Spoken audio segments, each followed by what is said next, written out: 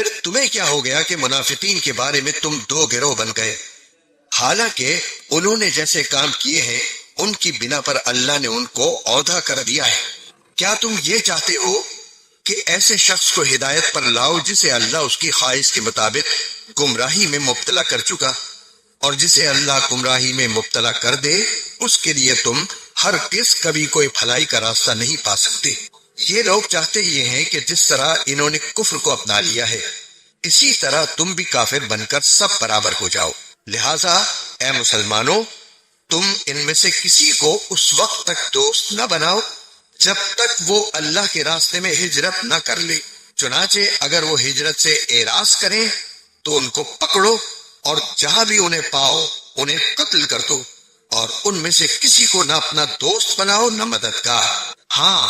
وہ لوگ اس حکم سے مستثنی ہیں جو کسی ایسی قوم سے جا ملے جن کے اور تمہارے درمیان کوئی صلح کا معاہدہ ہے، یا وہ لوگ جو تمہارے پاس اس طرح آئے کہ ان کے دل تمہارے خلاف جنگ کرنے سے بھی بیزار ہو اور اپنی قوم کے خلاف جنگ کرنے سے بھی، اور اگر اللہ چاہتا تو انہیں تم پر مسلط کر دیتا تو وہ تم سے ضرور جنگ کرتے، چنانچہ اگر وہ تم سے کنارہ کشی کرتے ہوئے تم سے جنگ نہ کریں اور تم کو امن کی پیشکش کر دیں تو اللہ نے تم کو ان کے خلاف کسی کارروائی کا کوئی حق نہیں دیا۔ منافقین میں کچھ دوسرے لوگ تمہیں ایسے ملیں گے جو یہ چاہتے ہیں کہ وہ تم سے بھی محفوظ رہیں اور اپنی قوم سے بھی، مگر جب کبھی ان کو فتنے کی طرف واپس بلایا جائے وہ اس میں اوندھے منہ جا گرتے ہیں۔ چنانچہ